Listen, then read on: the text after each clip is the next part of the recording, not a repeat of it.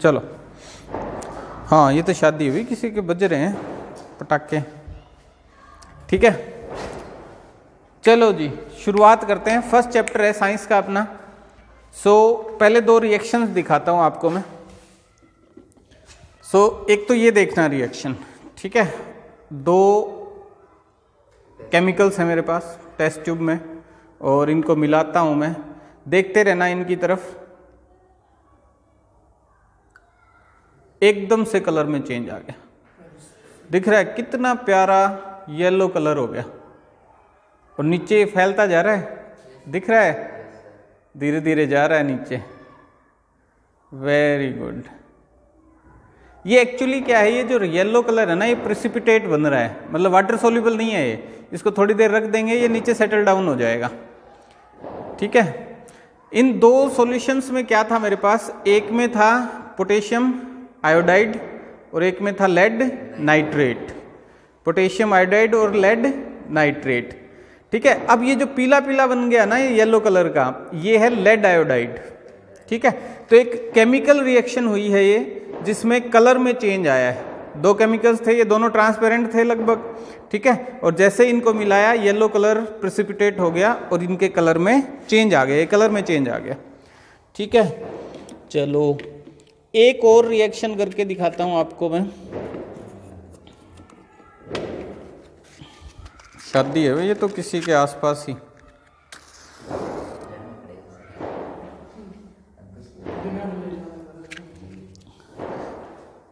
Magnesium ribbon का activity है आपकी क्लास में ये एक, तो ये मैग्नीशियम रिबन है। ठीक है, मैग्नीशियम रिबन भी बर्न करके दिखाता हूं आपको मैं।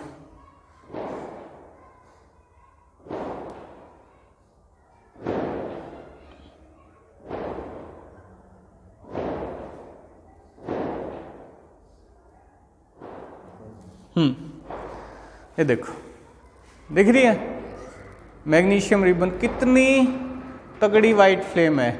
इसी को बोलते हैं डेजलिंग वाइट फ्लेम। आंखों को एकदम चौंधिया देने वाली वाइट फ्लेम प्रोड्यूस हो रही है। ठीक है, इसकी तरफ देखते रहोगे तो थोड़ी देर में जब ये बंद होगी तो दिखना बंद हो जाएगा। ये आंखों को चौंधिया देने वाली डेजलिंग फ्लेम जिसको बोलते हैं। ठीक है, ये दोनों एक्सपेरिमेंट ये शो करने के लिए थे कि केमिकल रिएक्शन जब होती है तो या तो कलर में चेंज आता है, या कोई गैस प्रोड्यूस होती है, या एनर्जी रिलीज होती है, या स्टेट चेंज होती है। स्टेट चेंज मतलब सॉलिड, लिक्विड एंड गैस, जो फिजिकल स्टेट्स होती है ना, उनमें चेंज आता है। ठीक है, ये सारी चीजें होती हैं जब एक केमिकल रिएक्शन होती है। केमिकल चेंज है या फिजिकल चेंज है वो हम डिस्कस यहाँ नहीं करेंगे, क्योंकि वो हम 9th क्लास में कर चुके हैं। ये जो चैप्टर है वो मेनली बेस्ड है आपका कि केमिकल रिएक्शन अगर हो रही है तो हम उसको रिप्रेजेंट कैसे करेंगे, लिखेंगे कैसे। ठीक है, जैसे फॉर एग्जांपल यही एक केमिकल रिएक्शन थी आपकी, और इसको सिंपल लेता हूँ, चलो ये नहीं लेता। जैसे हाइड्रोजन और ऑक्सीजन मिली और क्या बना, वाटर बन गया, H2। ठीक है, तो ये लिखने का तरीका है एक केमिकल रिएक्शन को, एक केमिकल रिएक्शन को लिखने का तरीका है। और ये जो बनी, इसको अगर मैं बैलेंस्ड कर देता हूं 2H2O, अगर इसको बैलेंस्ड कर देता हूं तो ये क्या कहलाएगी, केमिकल इक्वेशन कहलाएगी। ठीक है, चलो तो अभी जो हमने रिएक्शन की उसका एग्जांपल लेके चलते हैं हम और देखेंगे कि लिखते कैसे। अभी हमने क्या किया, मैग्नीशियम रिबन को बर्न किया। ठीक है, तो अगर मैं उसको वर्ड्स में लिखना चाहूं कि मैग्नीशियम रिबन को मैंने बर्न किया और कुछ प्रोडक्ट्स बने, ठीक है, तो उसको अगर मैं वर्ड्स में लिखना चाहूं कॉपी में या बुक में, तो कैसे लिखूंगा, मैग्नीशियम रिबन, NES, मैग्नीशियम की स्पेलिंग गलत कर दी मैंने, magnesium ribbon is burned in air, है ना। एयर में बर्न करने से मतलब क्या है, एयर में ऑक्सीजन प्रेजेंट है तो ऑक्सीजन के साथ रिएक्ट कर रहे हैं एक्चुअली में हम। चलो ऐसा लिखने की बजाय मैं इसको थोड़ा और प्रिसाइज करके लिखना चाहता हूं, ठीक है, और उसमें कुछ प्रोडक्ट्स भी बने हैं, वो सारे मैंने इसमें लिखे नहीं। तो मैं कैसे लिखूंगा, इनके नाम लिख देता हूं, मैग्नीशियम प्लस ऑक्सीजन, ठीक है, मैग्नीशियम प्लस ऑक्सीजन, और गिव्स क्या प्रोवाइड किया, मैग्नीशियम ऑक्साइड, ठीक है। ये थोड़ा लेंदी हो गया, थोड़ा और प्रिसाइज करते हैं, हम आलसी लोग हैं तो इनके सिंबल्स जानते हैं हम। मैग्नीशियम को सिंबल दे रखा है हमने Mg, और ऑक्सीजन को सिंबल दे रखा है हमने O2। गिव्स, ठीक है, इक्वल नहीं, ध्यान रखना, ये सिंगल साइडेड एरो होगा, यहां से उधर जा रहे हैं हम, ठीक है, उधर से वापस नहीं आ पाएंगे। इक्वल्स टू का मतलब हो गया इधर भी चले गए उधर भी आ गए, ऐसा नहीं है, इधर से लेफ्ट हैंड साइड से हम राइट हैंड साइड जा रहे हैं, ठीक है। So magnesium plus oxygen you will get magnesium oxide MgO। Precise हो गया, थोड़ा छोटा हो गया, ठीक है। ये जो लेफ्ट हैंड साइड है इनको बोलते हैं रिएक्टेंट्स, इनको क्या बोलेंगे, रिएक्टेंट्स, और जो बन गया वो प्रोडक्ट्स, ठीक है। ये जो सिंबल है, ये जो एरो है, ये शो कर रहा है कि ये रिएक्शन किस डायरेक्शन में प्रोसीड हो रही है। तो ये लेफ्ट हैंड साइड में जो रिएक्टेंट्स हैं ये मिलके बना रहे हैं प्रोडक्ट्स, ठीक है। तो वो जो केमिकल रिएक्शन हो रही थी फिजिकली, उसको हमने पेपर पे लिखने का ये तरीका ढूंढ लिया, इसको हम बोलते हैं chemical equation. Chemical equation simple है, ठीक है। अब इसमें क्या है, इनकी फिजिकल स्टेट भी लिख देते हैं हम। फिजिकल स्टेट जैसे कौन सा सॉलिड है, लिक्विड है या गैस है। तो मैग्नीशियम हमने क्या लिया था, सॉलिड, S से लिख देंगे। ऑक्सीजन हमने क्या ली थी, गैस, ठीक है। मैग्नीशियम ऑक्साइड भी क्या बना, सॉलिड, ये नीचे जो राख सी पड़ी है मैग्नीशियम ऑक्साइड है, ठीक है। सो और भी सिंबल्स होते हैं, जैसे स्मॉल s सॉलिड के लिए, एक्वस AQ वाटर में सॉल्यूशन, ठीक है, जैसे नमक का सॉल्यूशन बना लिया हमने। जैसे जो पहले वाली रिएक्शन थी ना, जिसमें हमने पोटेशियम आयोडाइड और लेड नाइट्रेट लिया था, तो वो दोनों एक्वस कंडीशन में थे, सॉल्ट आते हैं वो नमक की तरह, ठीक है, बट उनका हमने वाटर में सॉल्यूशन बना रखा था, ठीक है। लिक्विड स्मॉल l के लिए, सॉलिड हो गया, गैस के लिए स्मॉल g, ठीक है। तो ये सिंबल्स हम यूज करते हैं। अच्छा, ये जो एरो है बीच में, इस पे फिजिकल कंडीशंस भी लिख देते हैं हम कई बार। जैसे मान लो कोई इक्वेशन हो रही है, कोई केमिकल रिएक्शन हो रही है, उसको कुछ स्पेशल कंडीशंस रिक्वायर्ड हैं, जैसे टेम्परेचर या प्रेशर, तो वो हम यहाँ लिख देंगे। कैटालिस्ट चाहिए उसको। कैटालिस्ट क्या होता है, जो रेट ऑफ रिएक्शन को इंक्रीज कर दे, तेज कर दे, बढ़ा दे, ठीक है। तो ये लिखने का तरीका है, सिर्फ एक केमिकल रिएक्शन जो प्रैक्टिकली हो रही है उसको हम किताब में, कॉपी में कैसे लिखेंगे, वो तरीका है। क्लियर है ये बात? ठीक है जी। मेरे पास बुक पड़ी है एक, तो टॉपिक देख लेता हूं मैं उसमें से, ठीक है। केमिकल इक्वेशन हो गई, राइटिंग ए केमिकल इक्वेशन ऐसे लिख दिया हमने। अच्छा, ये बैलेंस्ड है या नहीं वो भी हमें देखना पड़ेगा। जैसे देखिए, according to law of conservation of mass, mass can neither be created nor destroyed. ना तो मास कम हो सकता, ना ही क्रिएट हो सकता, ना ही डिस्ट्रॉय हो सकता। यानी रिएक्टेंट्स का जितना मास होगा उतना ही प्रोडक्ट्स का मास होगा। अब ये कैसे श्योर करेंगे हम कि जितना रिएक्टेंट्स का मास है उतना ही प्रोडक्ट्स का होगा? क्या बैलेंस करेंगे? मास किसका? एटम्स। हम एटम्स को इक्वल करेंगे। मास है किसका? सबसे छोटा पार्टिकल किसी भी मैटर का क्या है? एटम। और एटम्स मिलके ही कोई सब्सटेंस बना रहे हैं, तो मास किस में है? एटम में है। वो एटम्स मिलके बड़ा मास क्रिएट कर रहे हैं। तो हम क्या करेंगे? एटम्स को बैलेंस करेंगे दोनों साइड, क्योंकि एटम्स बैलेंस्ड हो जाएंगे तो मास भी क्या हो जाएगा? बैलेंस्ड हो जाएगा, क्योंकि मास है किनमें? उन एटम्स में है। तो देखिए, यहां मैग्नीशियम का एक एटम है, यहां भी मैग्नीशियम का एक एटम है, यहां ऑक्सीजन के 2 एटम्स हैं, यहां ऑक्सीजन का 1 एटम है, ठीक है, 1 एटम। तो इसको बैलेंस करना पड़ेगा हमें। ये जब तक हमने बैलेंस नहीं की है, इसको बोलेंगे हम स्केलेटल इक्वेशन। मैं फिर से लिखता हूं इसको, ठीक है।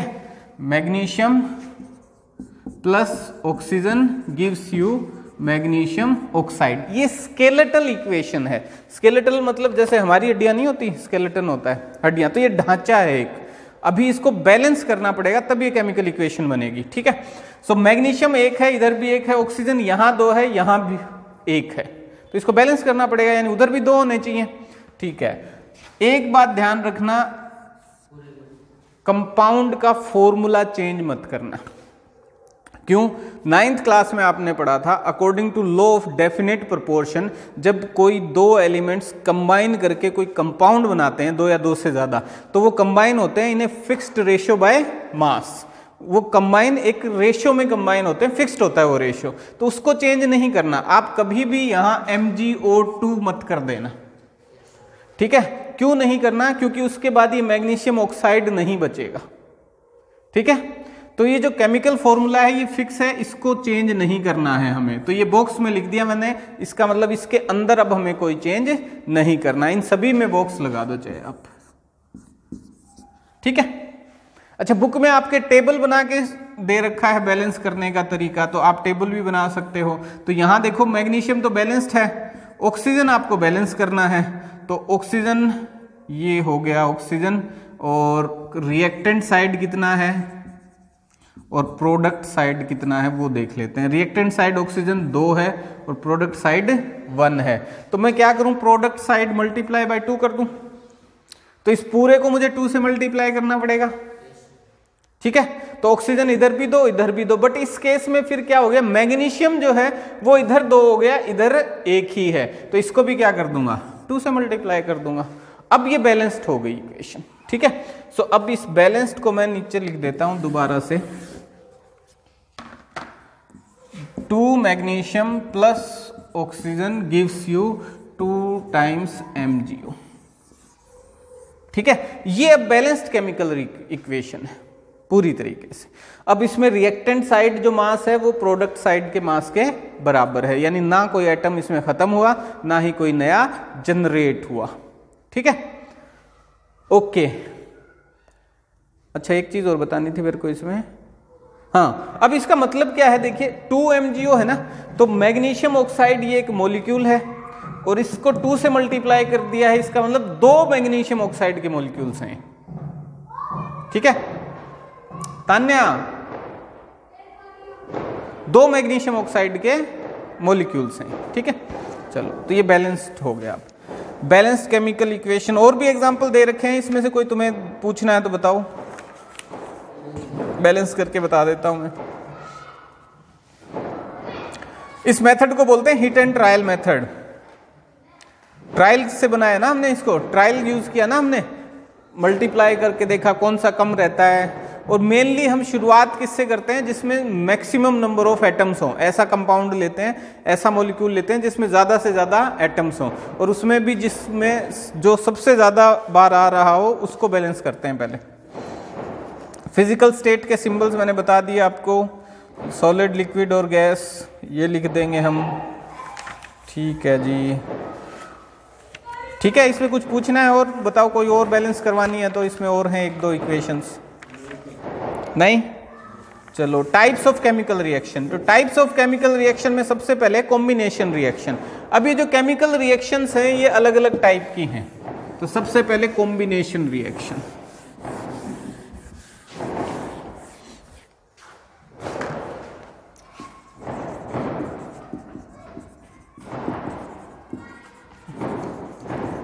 आज तो काय का लाइव करते हैं हम, ये पटाखे बजेंगे।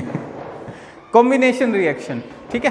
कॉम्बिनेशन से जैसा कि नाम से ही पता चल रहा है कि कुछ कंबाइन कर रहे हैं हम, मतलब 2 या 2 से ज्यादा एलिमेंट्स या कंपाउंड्स मिलके एक कंपाउंड बना दें, वो केमिकल कॉम्बिनेशन रिएक्शन कहलाएगी, ठीक है। तो एग्जांपल में है आपके, सबसे पहले calcium oxide plus water gives you calcium hydroxide,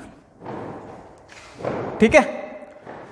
ये इक्वेशन कई बार आपके आगे आएगी, ये 10th क्लास में भी आएगी, 11th में भी आएगी, 12th में भी आएगी, तो इसको ध्यान से देखो और याद कर लो इसको।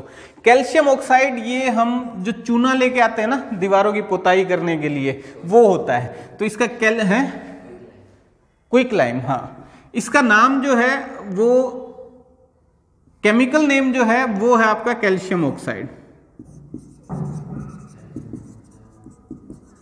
कैल्शियम ऑक्साइड, ठीक है। जर्नल नेम, कॉमन नेम जो है वो है इसका लाइम बोल देते हैं या फिर क्विक लाइम बोल देते हैं, ठीक है,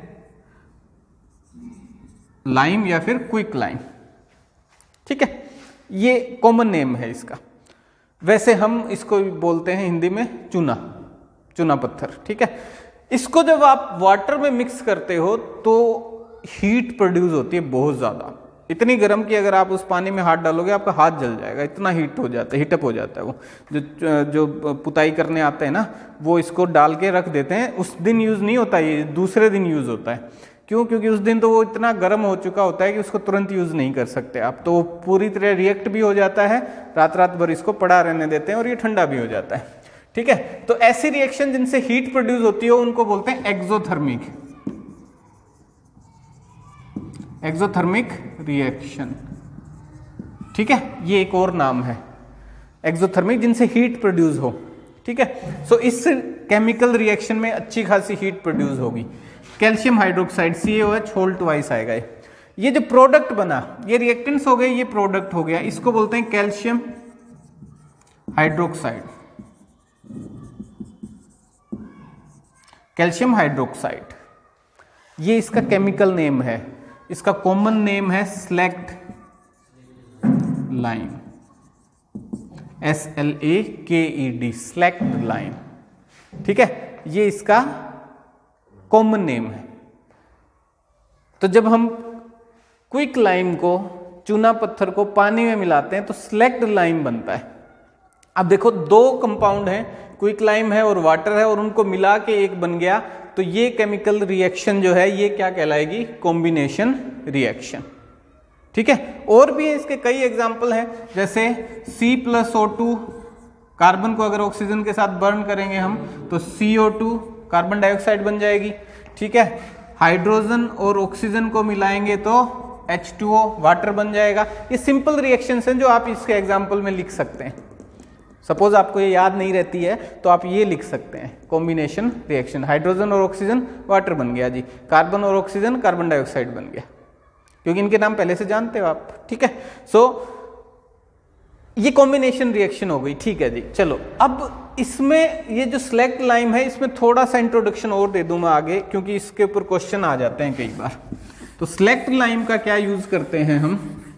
स्लैग्ड लाइम को हम क्या करते हैं, दीवारों पे पुताई कर देते हैं इससे, तो 2 दिन तक डल दिखती हैं दीवारें, तीसरे दिन जाके उनमें अच्छी खासी चमक आ जाती है। ऐसा क्यों होता है? क्योंकि कैल्शियम हाइड्रोक्साइड जो है, स्लैग्ड लाइम जो है वो कार्बन डाइऑक्साइड के साथ रिएक्ट करता है, एटमॉस्फेयर में जो प्रेजेंट होती है, और कैल्शियम कार्बोनेट की एक लेयर बना देता है और H2O रिलीज कर देता है, ठीक है। तो कैल्शियम कार्बोनेट, ये जो फॉर्मूला है इसको क्या बोलेंगे? Calcium carbonate. और ये मार्बल का भी फॉर्मूला यही है, चौक का भी यही है, ये सारी चीजें इसी से मिलकर बनी होती हैं, ठीक है। वो प्रेशर का डिफरेंस है कि वो अलग अलग स्ट्रक्चर है, उनका स्ट्रेंथ अलग अलग है, ठीक है। सो कैल्शियम हाइड्रोक्साइड जो है वो कार्बन डाइऑक्साइड के साथ रिएक्ट करके कैल्शियम कार्बोनेट बना लेता है, ठीक है। ये अलग से इंफॉर्मेशन है एक्स्ट्रा, ये कॉम्बिनेशन रिएक्शन नहीं है अपनी, क्योंकि देखो इसमें 2 प्रोडक्ट बन रहे हैं। कॉम्बिनेशन रिएक्शन का मेन क्या है कि प्रोडक्ट एक ही बनना चाहिए, 2 से बनाओ, 3 से बनाओ, जिनसे भी मिला के बनाओ, बट प्रोडक्ट क्या है वो एक बनना चाहिए, ठीक है। तो इसमें 2 से 2 बन रहे हैं, तो ये कॉम्बिनेशन रिएक्शन का एग्जाम्पल नहीं है, बट ये यूज कहाँ होता है फिर आगे वो बताया गया है, ठीक है। Combination reaction, okay. चलो जी, उससे अगला क्या है? डिकम्पोजिशन। डिकम्पोजिशन इसका उल्टा हो जाएगा, इसमें कुछ और है क्या? एक्सोथर्मिक बता दी ना मैंने, हाँ ठीक है। एक्सोथर्मिक जिसमें हीट प्रोड्यूस हो, तो एक्सोथर्मिक रिएक्शन के एग्जांपल दे रखे हैं इसने, देखो मीथेन को ऑक्सीजन के साथ रिएक्ट कर रखा है, पेज नंबर 7 पे। Methane CH4 plus O2 gives you CO2 plus H2O, ठीक है। तो ये मीथेन है, मीथेन को ऑक्सीजन के साथ रिएक्ट किया तो क्या क्या बन गया? कार्बन डाइऑक्साइड और वाटर। ठीक है, सो ये भी एक एक्सोथर्मिक रिएक्शन है। ओके, एक नीचे और दे रखी है, वो भी एक्सोथर्मिक रिएक्शन है। वो रेस्पिरेशन के थ्रू, जब हम खाना खाते हैं, सांस लेते हैं, ये सारी चीज़ें मिलके क्या करती हैं, हमारी बॉडी को एनर्जी प्रोवाइड करती हैं। इसको रेस्पिरेशन बोलते हैं पूरे प्रोसेस को। तो इसमें क्या होता है, खाना जो है वो ग्लूकोज में कन्वर्ट होता है, C6H12O6। ऑक्सीजन जो हम सांस लेते हैं वो ऑक्सीजन भी जाती है, और ये ग्लूकोज भी जाता है। किस में जाता है, सेल्स में जाता है। सेल में जाके ये दोनों कंबाइन होते हैं और कार्बन डाइऑक्साइड और वाटर प्रोड्यूस करते हैं, प्लस एनर्जी प्रोवाइड करते हैं। ठीक है, तो हमारी बॉडी को एनर्जी मिल जाती है। ये कार्बन डाइऑक्साइड, वाटर वेपर्स हम वापस निकाल देते हैं। ठीक है, तो ये भी एक एक्सोथर्मिक रिएक्शन है। देखो, सर्दियों में सर्दी लग रही होती है, गर्मा गर्म दूध पी के या गर्मा गर्म खाना खा के गर्मी आ जाती है। ठीक है जी, तो ये एक्सोथर्मिक रिएक्शन है। बिट्टू, ओ बिट्टू, क्या कर रहा है बेटा, क्यों शोर कर रहा है, अंदर खेल ले। ठीक है, एक और एग्जांपल है इसी में कि जो कंपोस्ट होता है ना, जैसे गोबर की खाद जो है वो डिकम्पोज होती है, या फिर गला सड़ा जैसे छिलके वगैरह होते हैं, वेस्ट मटेरियल किचन का होता है, ये जब सड़ता है ना, डिकम्पोज होता है, वो रिएक्शन भी एक्सोथर्मिक होती है, उसमें भी हीट प्रोड्यूस होती है। ठीक है, गर्म हो जाता है वो। ठीक है जी, उसके बाद है डीकम्पोजिशन रिएक्शन। डीकम्पोजिशन रिएक्शन इसका उल्टा होगा, कॉम्बिनेशन का उल्टा होगा, यानी एक कंपाउंड को हम डीकम्पोज कर रहे हैं दो या दो से ज्यादा कंपाउंड्स में। जैसे फर्स्ट एग्जांपल है इसमें FeSO4, ferrous sulphate. Ferrous sulphate जो होता है ये ग्रीन कलर का होता है, लाइट ग्रीन कलर का होता है। ठीक है, एक्चुअली में ये क्रिस्टल्स होते हैं, crystals FeSO4.7H2 water of crystallization है, ये आगे पढ़ेंगे हम इसमें। ठीक है, 7H2 ये जो वाटर मॉलिक्यूल्स हैं ये इससे चिपके रहते हैं फेरस सल्फेट से, इसको बोलते हैं वाटर ऑफ क्रिस्टलाइजेशन। इसके कारण ये कलर शो करता है ग्रीन। तो जब हम इसको हीटअप करते हैं तो फिजिकल कंडीशन जो है वो एरो पे लिख देंगे हम। हमने इसको क्या किया, हीटअप किया, थर्मल डिकम्पोजिशन बोलेंगे हम इसको। हीट से अगर डिकम्पोज कर रहे हैं किसी चीज को तो उसको क्या बोलेंगे, थर्मल डिकम्पोजिशन। तो हमने इसको हीटअप किया तो ये चेंज हो जाएगा Fe2O3 प्लस SO2 प्लस, और क्या क्या है इसमें, SO3 प्लस, बस। ठीक है, और कुछ नहीं। चलो, तो FeSO4 को हमने हीटअप किया तो Fe2O3, SO2 और SO3 sulphur dioxide and sulphur trioxide इनमें कन्वर्ट हो जाएगा। अच्छा, ये जो है ये व्हाइट कलर का हो जाएगा, व्हाइट हो जाएगा, ये जो ग्रीन कलर है ये लोस्ट हो जाएगा। ठीक है, और सल्फर डाइऑक्साइड और ट्राइऑक्साइड निकल रही है, तो जब इसकी स्मेल लेंगे ना तो वो सल्फर के जरने जैसी बदबू आएगी। जैसे वो बजाते नहीं है क्या, होली दिवाली पे बजाते हैं, तो उसमें वो जो बदबू से आती है ना वो सल्फर की होती है मेनली। गंधक बोलते हैं, इसीलिए इसको हिंदी में बोलते हैं इसको गंधक। हाँ, वो पोटाश, गंधर्व पोटाश बोलते हैं ना उसको। तो वो जो गंधक होता है वो सल्फर होता है, और उसकी बदबू जो होती है वो इसी सल्फर की बदबू होती है, वो धुआं सा निकलता है, बदबू से आती है। ठीक है, और आवाज होती है। तो उसमें पोटेशियम भी होता है और ये सल्फर भी होता है, इनको मिला के एक मिक्सचर बनाया जाता है गन पाउडर सा।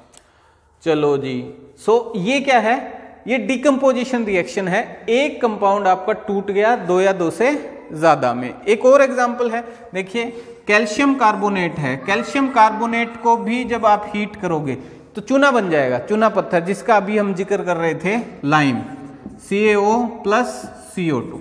कार्बन डाइऑक्साइड रिलीज हो जाएगी, कैल्शियम ऑक्साइड बन जाएगा, क्विक लाइम बन जाएगा। ठीक है, बनाते भी ऐसे ही हैं। क्या करते हैं, खुदाई में मिलता है कैल्शियम कार्बोनेट, कैल्शियम कार्बोनेट को क्या करते हैं, हीटअप करते हैं तो कैल्शियम ऑक्साइड बन जाता है, जो चूना पत्थर हम यूज करते हैं लिपाई के लिए, पुताई के लिए, और कार्बन डाइऑक्साइड रिलीज हो जाती है। तो ये भी क्या है, एक डिकम्पोजिशन रिएक्शन है। इसमें भी कैल्शियम कार्बोनेट जो है वो टूट रहा है।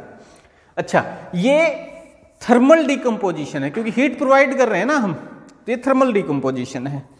चलो जी, और एग्जाम्पल इसमें, ये लेड नाइट्रेट का है। ठीक है, ये शायद किया था मैंने, प्रैक्टिकल भी किया था। ना ना ना, ये तो रिएक्शन थी, ये डिकम्पोजिशन है लेड नाइट्रेट का। तो लेड ऑक्साइड और नाइट्रोजन डाइऑक्साइड और ऑक्सीजन बन जाएंगी। ठीक है, Pb lead nitrate PbNO3 whole twice. ठीक है, इसको हीटअप करेंगे तो PbO lead oxide plus nitrogen dioxide plus oxygen, ये बन जाएगा। ठीक है, तो ये भी एक डिकम्पोजिशन रिएक्शन है। चलिए जी, उसके बाद एक और है इलेक्ट्रोलाइसिस, वाटर का इलेक्ट्रोलाइसिस। मतलब वाटर को भी आप डिकम्पोज कर सकते हो, वाटर को भी आप तोड़ सकते हो हाइड्रोजन और ऑक्सीजन में। ठीक है, सो H2O को हाइड्रोजन और ऑक्सीजन में ब्रेक डाउन कर सकते हो, इसको इलेक्ट्रोलाइसिस बोलते हैं इस प्रोसेस को। तो उसमें करते क्या है, एक बीकर लिया हमने और उसमें 2 इलेक्ट्रोड लगा दिए बीकर में, एक पॉजिटिव और एक नेगेटिव। ठीक है, और बैटरी से इनको हमने कनेक्ट कर दिया, पॉजिटिव एंड नेगेटिव। ठीक है, इसको फिलअप कर दिया हमने वाटर में और इसके ऊपर, इनके ऊपर हमने रख दी inverted test tube. Test tube inverted रख दी इसके ऊपर। ठीक ये क्या है, ग्रेफाइट की रोड्स हैं और करंट इसमें से फ्लो करेगा। ठीक, अब होगा क्या कि वाटर जो है वो हाइड्रोजन और ऑक्सीजन में ब्रेक डाउन हो जाएगा, दोनों ही गैसेस हैं। तो ऑक्सीजन तो मिलेगी आपको कैथोड पे, कैथोड पे मिलेगी एनोड पे, एनोड पे। ठीक है, तो ऑक्सीजन मिलेगी आपको एनोड पे और हाइड्रोजन मिलेगी आपको कैथोड पे। ठीक है, ऑक्सीजन क्योंकि नेगेटिव होती है, ऑक्सीजन इलेक्ट्रॉन लेने वाला एलिमेंट है। ठीक है, तो वो किस पे जाएगा, पॉजिटिव वाले पे। तो यहां पे आपको ऑक्सीजन मिल जाएगी और यहां पे आपको हाइड्रोजन मिल जाएगी। ठीक है, हाँ, इस टेस्ट ट्यूब में, टेस्ट ट्यूब डाल दी ना इसके ऊपर, तो टेस्ट ट्यूब में इकट्ठी होती रहेगी। अब एक चीज ध्यान रखना है इसमें, जो क्वेश्चन आता है इसमें, एक तो इलेक्ट्रोलाइसिस पे, इलेक्ट्रोलाइसिस में होगा क्या, हम करंट से तो डिकम्पोजिशन कर रहे हैं। ठीक है, हम यहाँ क्या प्रोवाइड कर रहे हैं, एनर्जी। एनर्जी कैसी, इलेक्ट्रिकल एनर्जी। ठीक है, तो डिकम्पोजिशन के लिए आपको एनर्जी प्रोवाइड करनी ही करनी पड़ेगी किसी न किसी तरीके की। ठीक है, अब जब मैं इसको ब्रेक डाउन करता हूं तो देखो, इसको बैलेंस करके देखो, हाइड्रोजन 2 है, इधर भी 2 है, ऑक्सीजन यहां 1 है, यहां 2 है, तो इसको 2 से मल्टीप्लाई करूंगा। ठीक है, तो ये भी 2 से मल्टीप्लाई हो जाएगा। सो 4 हाइड्रोजन 2 ऑक्सीजन 2 ऑक्सीजन, सिंपल।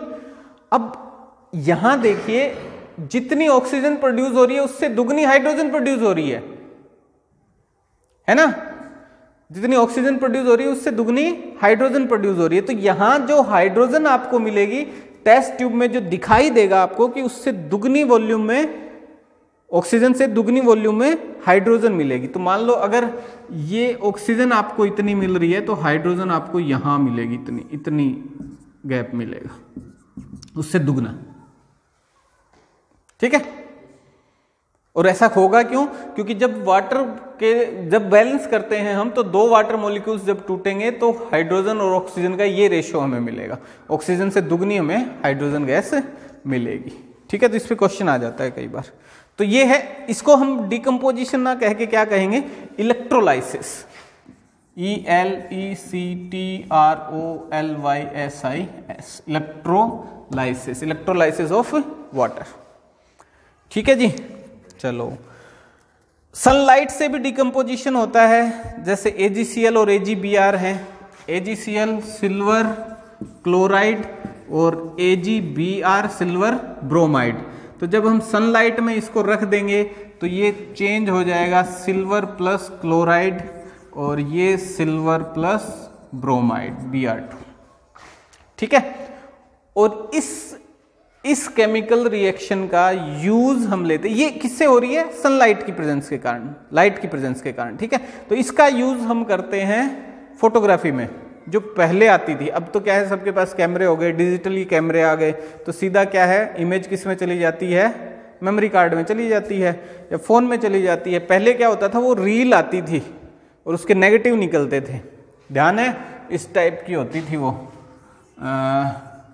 जैसे ये खाने से बने होते थे। इधर अगर कोई पुरानी पड़ी हो घर में तो मिल जाएगी, ऐसे इस टाइप की रील होती थी। ठीक है, यहाँ जैसे कट लगा हुआ है थोड़ा सा इस टाइप से। ठीक है, तो है कैमरा, फोटो नहीं खींचे हैं। हाँ हाँ, कैमरे के अंदर होती थी ये। अच्छा, कैमरा बनाऊं? अच्छा ठीक है, उसके अंदर होती थी, रील आती थी, 30 या 35 आते थे उसमें एक में। ठीक है, गोल गोल आता था उसमें, तो उससे फोटो खींची जाती थी। उसमें या तो AGCL होता था या फिर AGBR होता था।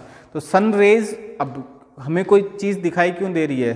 सन रेज के कारण। तो सन रेज जब आके इससे टकराती थी तो इस पे इमेज आ जाती थी, उस इमेज को फिर वो डेवलप करके फोटो बना लेते थे। ठीक है, ये प्रोसेस चलता था। तो ये भी थर्मल डिकम्पोजिशन है। ओके, और ये सारी क्या है रिएक्शंस? ये एंडोथर्मिक हैं। देखो, हम इनको हीट प्रोवाइड कर रहे हैं, हम इनको क्या कर रहे हैं? हीट प्रोवाइड कर रहे हैं। इनसे हीट रिलीज नहीं हो रही, हम इनको हीट प्रोवाइड कर रहे हैं, तो ये हीट एब्जॉर्ब कर रही हैं। तो इन रिएक्शंस को बोलेंगे एंडोथर्मिक। क्या बोलेंगे? Endothermic, endothermic reactions. ठीक है, चलिए जी। उसके बाद है डिस्प्लेसमेंट रिएक्शन। ये कई बार कर चुके हैं हम डिस्प्लेसमेंट रिएक्शन, बहुत ही सिंपल है। और आयरन नेल वाली, कॉपर सल्फेट सॉल्यूशन और आयरन नेल्स, तो काफ़ी बार कर चुके हैं इसको हम।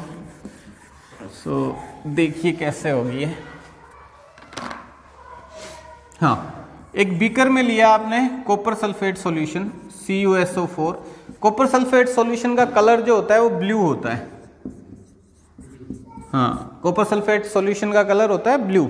ठीक है, तो ये कॉपर सल्फेट सॉल्यूशन लिया, मान लो यहां तक भरा है, और इसमें आयरन नेल डाल दी हमने 1 या 2। ठीक, पड़ा रहने दीजिए आप इसको थोड़ी देर, लगभग घंटे भर बाद ही आधा घंटा या घंटे भर बाद ही आपको दिख जाएगा कि ब्राउन सब्सटेंस डिपॉजिट हो चुका है आयरन नेल पे। वो जो ब्राउन सब्सटेंस होता है वो होता है प्योर कॉपर, कॉपर डिपॉजिट हो जाता है। ठीक है, अगर आप इसको 1-2 दिन पड़ा रहने देंगे तो ये जो कॉपर सल्फेट का ब्लू कलर शो कर रहा था ये कन्वर्ट हो जाएगा ग्रीन में, लाइट ग्रीन कलर में, और कॉपर जो है वो सारा डिपॉजिट हो जाएगा इस आयरन नेल पे, और इसको हिलाओगे डुलाओगे तो गिर जाएगा, नीचे पड़ा मिल जाएगा इसके। ठीक है, होता क्या है कि आयरन जब कॉपर सल्फेट के सॉल्यूशन में हम डालते हैं तो आयरन सल्फेट बन जाता है FeSO4, और कॉपर जो है वो डिपॉजिट हो जाता है। अब देखो ये रिएक्शन कैसे प्रोसीड हो रही है। आयरन ले रहा हूं मैं सॉलिड, कॉपर सल्फेट वाटर में मिला हुआ एक्वस सॉल्यूशन है, तो FeSO4 एक्वस बन जाएगा और कॉपर सॉलिड कॉपर डिपॉजिट हो जाएगा। यानी कि जो कॉपर सल्फेट एक्वस सॉल्यूशन था उसमें से कॉपर को भगा दिया गया, आयरन ने उसको भगा दिया और खुद आ गया सॉल्यूशन में, और कॉपर को सॉलिड स्टेट में बाहर निकाल दिया। ठीक है, इसको बोलेंगे displacement. Displacement, DISPLACEMENT, displacement reaction, ये कहलाएगी डिस्प्लेसमेंट रिएक्शन, क्योंकि डिस्प्लेस कर दिया उसने, उस जगह से कॉपर को उसके सॉल्यूशन में से भगा दिया, डिस्प्लेस कर दिया। ठीक है, so that's why it is a displacement reaction. अच्छा, इसके कलर में चेंज आने से भी हमें पता चल जाएगा। दूसरा, आधा घंटा भी नहीं, 10-15 मिनट में ही आपको दिख जाएगा कि आयरन के ऊपर ब्राउन ब्राउन कुछ डिपॉजिट हो गया है। ठीक है, ये करके भी देख लेंगे, हम कर भी चुके हैं काफी बार। अगर तुमने नहीं देखा है तो शायद रवि ने ना देखा हो, देखा था रवि? नहीं देखा ना, करके भी देख लें। ठीक है, सो ये डिस्प्लेसमेंट रिएक्शन कहलाएगी। ये आयरन के साथ ही नहीं शो करेगा, अगर जिंक होगा Zn प्लस CuSO4 तो ZnSO4 प्लस Cu। ठीक है, तो कॉपर सल्फेट के साथ अगर जिंक डालेंगे हम तो भी सेम रिएक्शन होगी और जिंक सल्फेट बन जाएगा, कॉपर उसमें भी डिपॉजिट हो जाएगा। मेन इसमें क्या है, ये आगे भी पढ़ेंगे हम, 3rd या 4th चैप्टर में आएगा आपके, कि जो ज्यादा रिएक्टिव मेटल होता है वो लेस रिएक्टिव मेटल को उसके सोल्ट सॉल्यूशन से डिस्प्लेस कर देता है। ठीक है। तो आयरन जो है वो कॉपर से ज्यादा रिएक्टिव होता है तो उसके सोल्ट सॉल्यूशन में से उसको डिस्प्लेस कर देगा। ऐसे ही जिंक भी कॉपर से ज्यादा रिएक्टिव होता है तो उसको वो कॉपर सल्फेट सॉल्यूशन से डिस्प्लेस कर देगा। ठीक है, so this is displacement reaction. Okay, उसके बाद है डबल डिस्प्लेसमेंट। तो डबल डिस्प्लेसमेंट में क्या है, यहां तो क्या हुआ, देखो एक ही चीज डिस्प्लेस हुई है, कॉपर को डिस्प्लेस कर दिया उसके सोल्ट सॉल्यूशन में। डबल डिस्प्लेसमेंट जो है उसमें देखिए क्या होता है।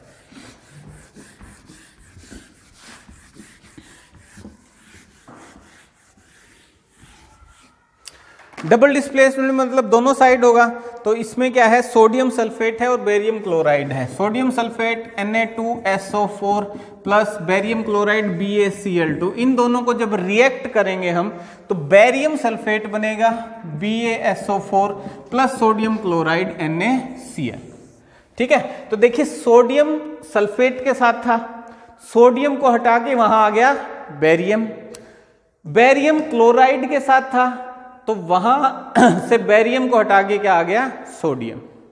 ठीक है, तो इसको क्या बोलेंगे, डबल डिस्प्लेसमेंट रिएक्शन। ये एग्जांपल ध्यान रखना, अगर ऐसा आ जाता है, पूछता है, या अगर रिएक्शन दी हुई हो तो आप देख के आइडिया लगा सकें कि हाँ ये डबल डिस्प्लेसमेंट रिएक्शन है। तो ये दोनों डिस्प्लेस हो गए आपस में, इन्होंने एक दूसरे को डिस्प्लेस कर दिया। ठीक है जी, चलो ऐसा ही पोटेशियम आयोडाइड और लेड नाइट्रेट के साथ हुआ। जो शुरुआत में रिएक्शन दिखाई थी ना, उसमें भी ऐसा ही हुआ था। पोटेशियम आयोडाइड और लेड नाइट्रोइट, देखो उसका लिखता हूं मैं, Ki potassium iodide plus PbNO3 whole twice lead nitrate and potassium iodide. जो शुरुआत में मैंने लिए थे ना ये जो रिएक्शन, ये दोबारा दिखाता हूं। देखो इसमें वो जो पीला कलर था ना वो बैठ गया सारा नीचे, है ना, पहले एकदम पीली दिख रही थी, अब वो नीचे डिपॉजिट हो चुका है। ठीक है, तो थोड़ा सा और डालूं इसमें, यहीं डाल देता हूँ थोड़ा सा ही पानी इसका निकाल के। जगह होगी ना, अब ये और डालता हूँ इसमें, देखना फिर से बन जाएगा। अरे देखो फिर से बन गया ना। हाँ, तो ये भी एक डबल डिस्प्लेसमेंट रिएक्शन का एग्जाम्पल है। ठीक है, सो बताता हूँ कैसे होगी। हाँ, इसमें एक में पोटेशियम आयोडाइड है, एक में लेड नाइट्रेट है, दोनों ही ट्रांसपेरेंट होते हैं, वाटर जैसे ही दिखेंगे सॉल्यूशन में। ठीक है, बट जैसे ही आप इनको मिलाओगे तो क्या बन जाएगा, PbI2 lead iodide plus potassium nitrate KNO3। ठीक है, KNO3 potassium nitrate and lead iodide. और ये जो येलो कलर का है ना, ये लेड आयोडाइड का है। ठीक है, ये लेड आयोडाइड का है। तो पहले का भी रखा है, वो सूख जाएगा तो उसको अलग रख लेंगे। उससे कई सालों का ही पड़ा है मेरे पास, मैं इसको रख लेता हूँ। ये कलर इतना येलो मस्त शानदार रहता है, अच्छा लगता है। ये भी डबल डिस्प्लेसमेंट का एग्जाम्पल है। ठीक है, ये रिएक्शंस जो है ना, ये ध्यान रखना, ये कहीं ना कहीं आपके आ जाएंगे आगे। उसके बाद है ऑक्सीडेशन एंड रिडक्शन। ऑक्सीडेशन और रिडक्शन रिएक्शन क्या होती है, देखिए कॉपर को जब हीट अप करते हैं तो ऑक्सीजन के साथ रिएक्ट करके वो कॉपर ऑक्साइड बना लेता है, जो कि ब्लैक कलर की होती है। क्या होती है, ब्लैक कलर की कॉपर ऑक्साइड। ठीक है, तो कॉपर को ऑक्सीजन के साथ रिएक्ट करके हम हीट अप करेंगे ना तो बनेगा ऐसा, तो ये ब्लैक हो जाएगा और कॉपर ऑक्साइड बन जाएगी। इसमें क्या हुआ, कॉपर के साथ ऑक्सीजन ऐड हो गई, है ना, तो कॉपर जो है वो कन्वर्ट हो गया कॉपर ऑक्साइड में because of addition of oxygen. So this reaction is known as oxidation, oxidation reaction. ठीक है, ऑक्सीडेशन रिएक्शन। अच्छा, इसमें क्वेश्चन जो है वो इस तरीके से आता है, वो यूं पूछता है ऑक्सीडेशन किसका हुआ, हु इज ऑक्सीडाइज्ड। तो कॉपर इज ऑक्सीडाइज्ड, किसमें ऑक्सीडाइज हो गया, कॉपर ऑक्साइड में। ठीक है, oxidising agent, oxidising agent, agent कौन होता है, जो काम कर दे। तो इसको कॉपर को ऑक्सीडाइज किसने किया, ऑक्सीजन ने। So oxygen is called oxidising agent. ठीक है, ध्यान रखना है इस बात का। तो ऑक्सीडेशन रिएक्शन, कॉपर ऑक्सीडाइज हो गया कॉपर ऑक्साइड में। अच्छा, अगर इस कॉपर ऑक्साइड को मैं हाइड्रोजन के साथ रिएक्ट कर दूं तो कॉपर मिल जाएगा मुझे और वाटर मिल जाएगा H2O। इससे नीचे ही रिएक्शन है देखो, ठीक है। कॉपर ऑक्साइड को हाइड्रोजन के साथ हीटअप करता हूं तो मैं कॉपर और वाटर मिल जाता है मेरे को, है ना, ठीक है। अब देखो कॉपर ऑक्साइड था इधर, इधर क्या बचा, कॉपर, यानी ऑक्सीजन रिमूव हो गई, तो इसको हम बोलेंगे रिडक्शन, REDUCTION, रिडक्शन। इसको क्या बोलेंगे, रिडक्शन। यानी addition of oxygen is oxidation, removal of oxygen is reduction, ठीक है। तो ये एग्जाम्पल ध्यान रखना, इसमें ऑक्सीडेशन रिडक्शन दोनों आ जाते हैं आपके। और ये जो नीचे वाला है ना, इसमें दोनों ही है, ऑक्सीडेशन भी है रिडक्शन भी है, दोनों आएंगे इसमें। देखिए इसमें तो सिर्फ ऑक्सीडेशन हो रहा था, यहां रिडक्शन भी हो रहा है। रिडक्शन किसका हो गया, कॉपर ऑक्साइड का, किसमें, कॉपर में। कर किसने दिया, H2 ने। तो H2 हाइड्रोजन क्या है यहां, रिड्यूसिंग एजेंट, ठीक है। और हाइड्रोजन खुद किस में कन्वर्ट हो गया, वाटर में, यानी उसमें ऑक्सीजन ऐड हो गया, तो उसका क्या हो गया, ऑक्सीडेशन। तो हाइड्रोजन का तो हो गया ऑक्सीडेशन, कॉपर ऑक्साइड का हो गया रिडक्शन। कॉपर ऑक्साइड को रिड्यूस किसने किया, हाइड्रोजन ने, तो हाइड्रोजन हो गया रिड्यूसिंग एजेंट। हाइड्रोजन को ऑक्सीडाइज किसने किया, कॉपर ऑक्साइड ने। तो कॉपर ऑक्साइड ने। ऑक्सीजन किसने दिया, कॉपर ऑक्साइड ने, तो कॉपर ऑक्साइड हो गया ऑक्सीडाइजिंग एजेंट, ठीक है, ऑक्सीडाइजिंग एजेंट। ध्यान रखना इस बात का, ठीक। इसको बोलेंगे रिडॉक्स रिएक्शन, REDO, दोनों हो गए ना इसमें, रिडक्शन भी ऑक्सीडेशन, तो इसको कहेंगे रिडॉक्स रिएक्शन, दोनों हो रहे हैं इसमें, ठीक है। चलिए सिंपल है, ठीक है। अच्छा एक चीज और, एक डेफिनेशन और ऐड कर देता हूं मैं इसमें। देखिए, removal of oxygen is reduction, addition of hydrogen is also reduction, ठीक है। और addition of oxygen is oxidation और removal of hydrogen is also oxidation, ठीक है। हाइड्रोजन में चलेगा अपोजिट इसका। चलो उसके बाद लास्ट टॉपिक है आपका कोरोजन और रेंसिडिटी। तो कोरोजन क्या होता है, जंग लगना। जब पड़ा पड़ा लोहा खराब हो जाता है तो उसको हम क्या बोलते हैं, कोरोड हो गया, कोरोजन हो गया। किस कारण होता है, वो एटमॉस्फेयर में प्रेजेंट एसिड्स हैं, वाटर वेपर्स हैं, मॉइस्चर है और गैसेज हैं, उनके कारण उसका कोरोजन हो जाता है, ठीक है। इसके बारे में हम 3rd चैप्टर में और पढ़ेंगे, पर यहाँ पे थोड़ा सा इंट्रोडक्शन है कि कोरोजन होता क्या है। तो कोरोजन मॉइस्चर के कारण होता है, मेनली एयर और वाटर के कारण, और धीरे धीरे जो सब्सटेंस है वो खराब हो जाता है। This is corrosion. ये भी क्या है, एक रिडॉक्स रिएक्शन होती है, उसमें भी ऑक्सीडेशन और रिडक्शन दोनों होते हैं।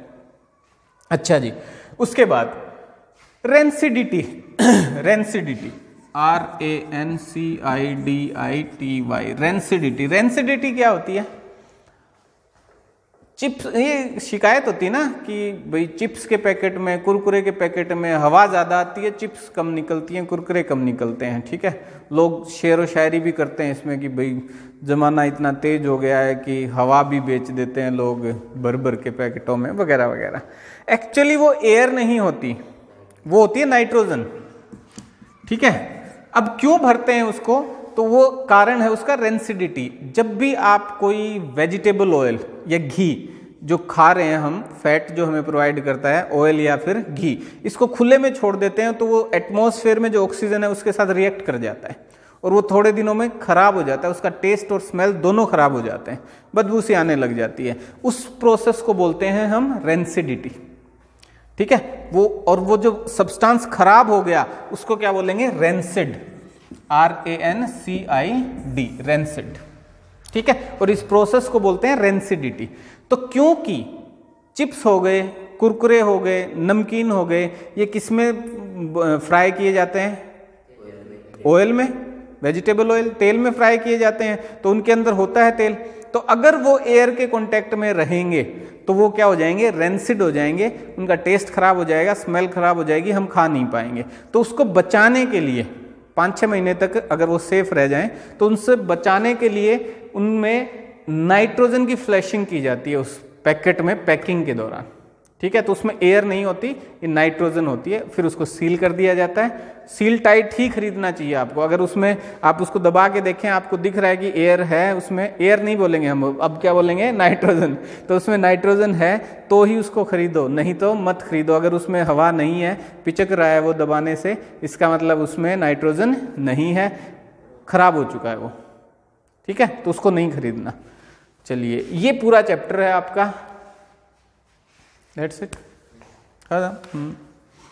अब इसमें क्या है, क्वेश्चन आंसर्स बीच में है, वो देखने हैं आपको, लास्ट में है। और कोई आपके पास बुक है तो उसमें देख लेना, डिस्कस करना। और इसकी शीट में निकाल देता हूँ।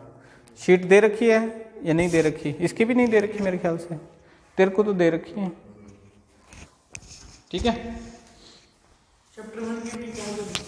चैप्टर 1 ही है ना मैथ की।